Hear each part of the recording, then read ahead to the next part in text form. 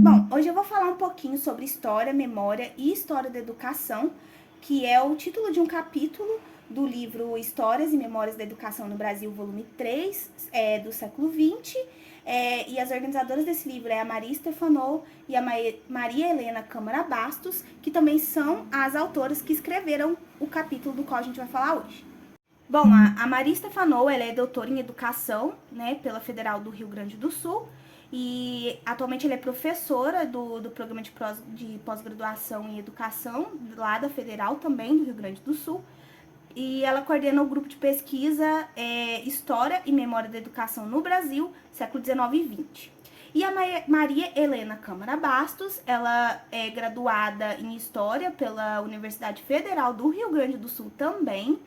Ela é mestre em pós-graduação em educação pela Universidade Federal do Rio Grande do Sul também, e ela é doutora em educação pela USP, certo? E atualmente a Maria Helena Câmara Bastos, ela é professora da Pontífica Universidade Católica do Rio Grande do Sul, e ela tem experiência tanto na área da educação e com ênfase, né, na história da educação, principalmente nos temas de cultura escolar, pesquisa e educação no século XIX. Bom, e agora eu vou falar um pouquinho do que é a história, né? A história, ela é uma ciência que estuda os acontecimentos do passado, né? E a ação do homem no tempo. E aí, no capítulo, as autoras elas vão falar um pouquinho também do papel do historiador e pesquisador e como ele constrói a pesquisa, né? Se baseando na teoria, na cultura, na subjetividade e de acordo com as ideias do seu tempo, do tempo que ele está vivendo, né? E ele vai transformar os vestígios e as fontes e os documentos e tudo que ele encontrar nesses fragmentos da história, como elas chamam, em dados de pesquisa, e através desses dados elas vão produzir o historiador, né, no caso, ele vai produzir a sua narrativa do passado. Aí lá no início do século XX, mais ou menos na década de 20 e 30, né, surge o movimento historiográfico que a gente chama de Escola dos Análises. E o que foi isso?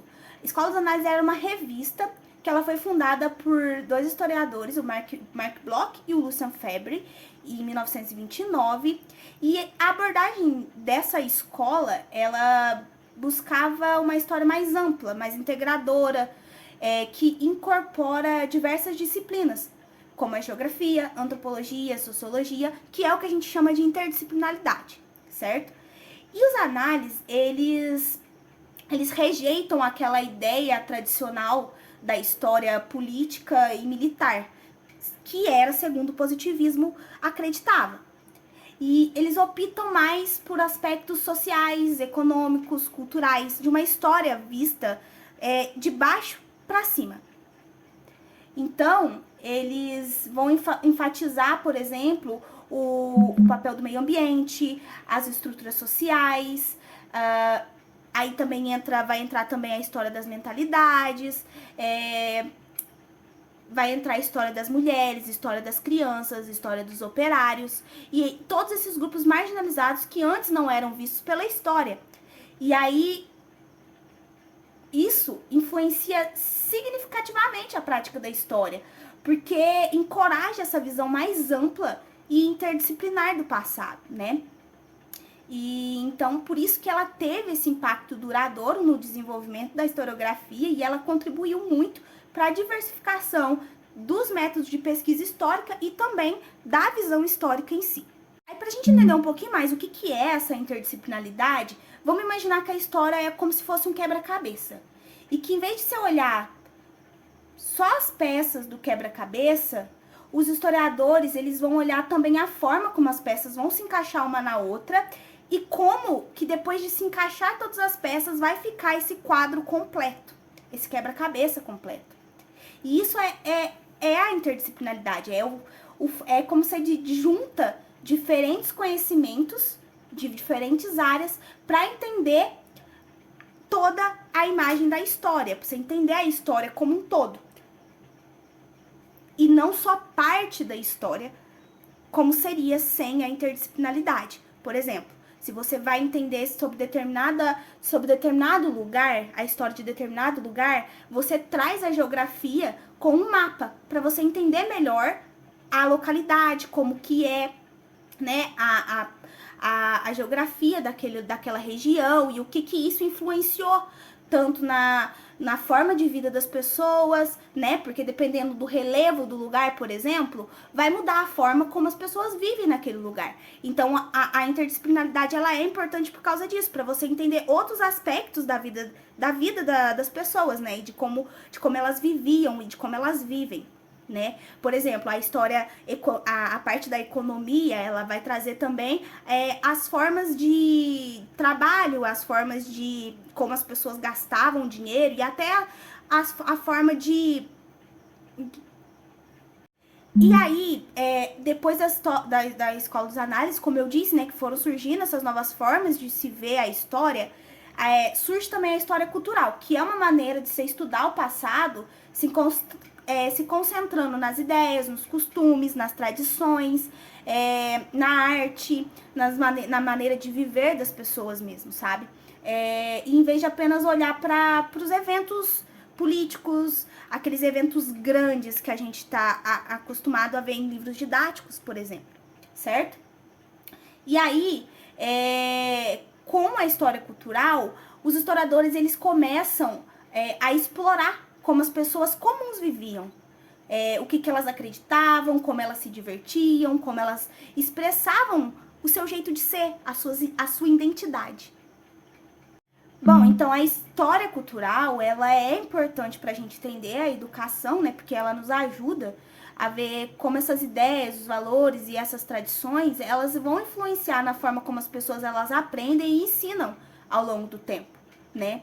Então, por exemplo, ela vai ensinar pra gente, nos mostrar, na verdade, como as ideias, a ideia, né, do que é importante aprender, de como ensinar e quem pode ter acesso a essa educação, como que elas foram moldadas ao longo do tempo, né? E ao longo do tempo e em determinados períodos históricos, né? Quem tinha acesso à educação? O porquê que essas pessoas tinham acesso à educação? E como isso se dava, como essa educação se dava. É isso que com a história cultural a gente vai conseguir entender, né, esse processo de formação da educação ao longo do tempo. E além disso, né, a gente explorando a história cultural para entender como a educação funciona, a gente começa a compreender também que ela não se limita só dentro da sala de aula, ela também pode ir além da sala de aula. Ela inclui também as tradições, né, de aprendizado em família, por exemplo, as influências que a gente sofre da comunidade, como que é esse processo da transmissão do conhecimento de formas não formais, né, que é fora da escola, que isso também é educação, né, e como isso se dá ao longo do tempo e como isso se dá nas sociedades. Então, essa é a importância da história cultural para se entender a educação, para se entender a história da educação em si. Aí o Chartier ele vai falar que mais do que se perguntar o que um documento significa, os historiadores hoje perguntam como ele funciona, né? Que é você olhar para o documento, olhar para sua fonte e entender quais são as funções socioculturais, qual que é o discurso, quais são os códigos que tá ali presente. Não só o que tá escrito, o que você tá vendo, mas o que tá nas entrelinhas da sua fonte, né? O historiador ele tem que fazer isso hoje. E a memória, né? Bom, as autoras, elas vão falar que a memória, ela é composta por vivências, lugares, tempos, pessoas, sentimentos, objetos, sons e silêncios também, aromas, sabores e etc, né? E tudo que cerca a gente no nosso cotidiano. E que a memória, ela nada mais é do que o ato de você se lembrar e esquecer. E essa rememoração, digamos, essa lembrança, né, ou esquecimento, ela é baseada no presente, nas coisas que são importantes para aquela sociedade naquele momento. E que, diferente da história, a memória ela não tem um compromisso em problematizar ou criticar ou interrogar esses processos, né, ao longo do tempo, Até porque o seu registro ele é feito de forma discursiva. Porque você está descrevendo a sua memória, né? Então não precisa, ela não tem essa intenção de se criticar como a história. E a memória, ela é histórica, né? Ela pode ser histórica, só que por si só ela não pode ser considerada história, mas um vestígio, um fragmento da história, e baseado na memória você constrói a narrativa histórica. Além disso, né, a memória ela ajuda a construir a identidade de um grupo, ela molda as tradições daquele grupo e ela influencia a maneira como as pessoas vão entender o presente, como eu disse. Por exemplo, né, um feriado nacional ou uma celebração que é comum em determinada localidade, né? Ela é parte da memória coletiva daquele povo que tá ali, né? E ela relembra eventos significativos que ocorreram no passado. Ou seja, a pessoa, ela tem uma comemoração específica, né? Por exemplo, o aniversário da cidade, por exemplo, né? É feriado naquela cidade para se comemorar o aniversário daquela cidade, certo? Por que faz isso? Para se lembrar de quando aquela cidade surgiu. É uma forma de se lembrar do passado no presente, através da memória. Porque aquilo é importante para as pessoas que estão naquele lugar. E o Thomson, né, ele vai falar que a gente compõe a nossa memória para dar um sentido mais satisfatório para nossa vida. E que à medida que o tempo passa, e para existir maior consonância, né, entre as identidades do passado e do presente, ou seja, para você se reconhecer, se identificar, né, com o passado e com o presente, você altera a sua memória, digamos assim. Você se relembra, você lembra ou você esquece determinadas coisas, sabe? Para fazer mais sentido para você, o seu presente e o seu passado. Bom, e agora a gente vai falar um pouquinho sobre a história da educação. A pesquisa na história da educação, né, ela não é uma ciência à parte, porque ela não possui um campo de análise exclusivo, né, e uma teoria e metodologia exclusiva, porque ela é um espaço, as pesquisas dela, elas estão num espaço de fronteira entre a história e a educação. Então, você precisa pesquisar a história e pesquisar sobre a educação para você pesquisar a história da educação.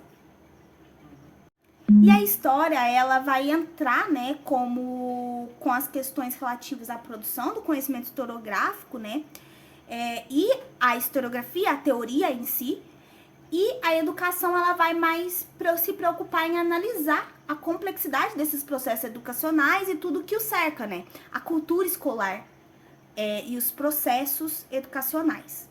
E os pesquisadores em história de educação, eles investigam coisas como os métodos de ensino usados em diferentes épocas, as mudanças nas escolas ao longo dos anos, e como as crianças eram tratadas dentro de sala de aula também, e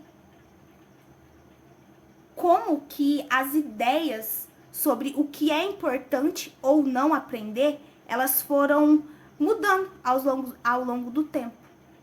Bom, e como que surge, né, a história da educação como disciplina?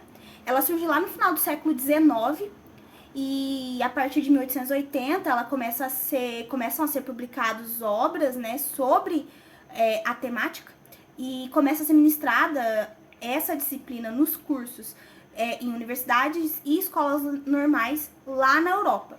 Aqui no Brasil, ela vai chegar em 1928, quando ela vai ser introduzida no currículo da Escola Normal do Rio de Janeiro, mas só em 1946 que vai ser criada uma lei orgânica do ensino normal aqui no Brasil, que vai estabelecer que no currículo da formação de professores deve-se ter a disciplina de educação. Só que só lá nos anos 70 que, de fato, as universidades começam a integrar a disciplina no currículo como uma disciplina obrigatória, né, e de forma efetiva mesmo. Porque apesar dela ter sido introduzida como obrigatória lá em 1946 com a lei orgânica, ela só começa mesmo a ser implementada de forma efetiva nos anos 70. Aí dentro do campo de pesquisa, né, da história da educação, a gente vai encontrar algumas áreas, né, ali, como pesquisadores que vão olhar mais para as instituições educacionais, outros para os métodos de ensino, outros vão olhar para os currículos escolares, também para o acesso à educação, né, questões de inclusão e tal. Também podem analisar como os eventos sociais, os culturais e os políticos, eles influenciaram ali na educação. E também, né, não menos importante, o papel dos educadores, né, e como eles foram mudando, né, as suas práticas e como isso foi percebido pela sociedade, né, como isso influencia na sociedade com essas mudanças nas práticas do papel dos educadores. Bom, e eu encerro minha apresentação aqui. Eu gostaria de agradecer pela segunda chance e pedir desculpa novamente.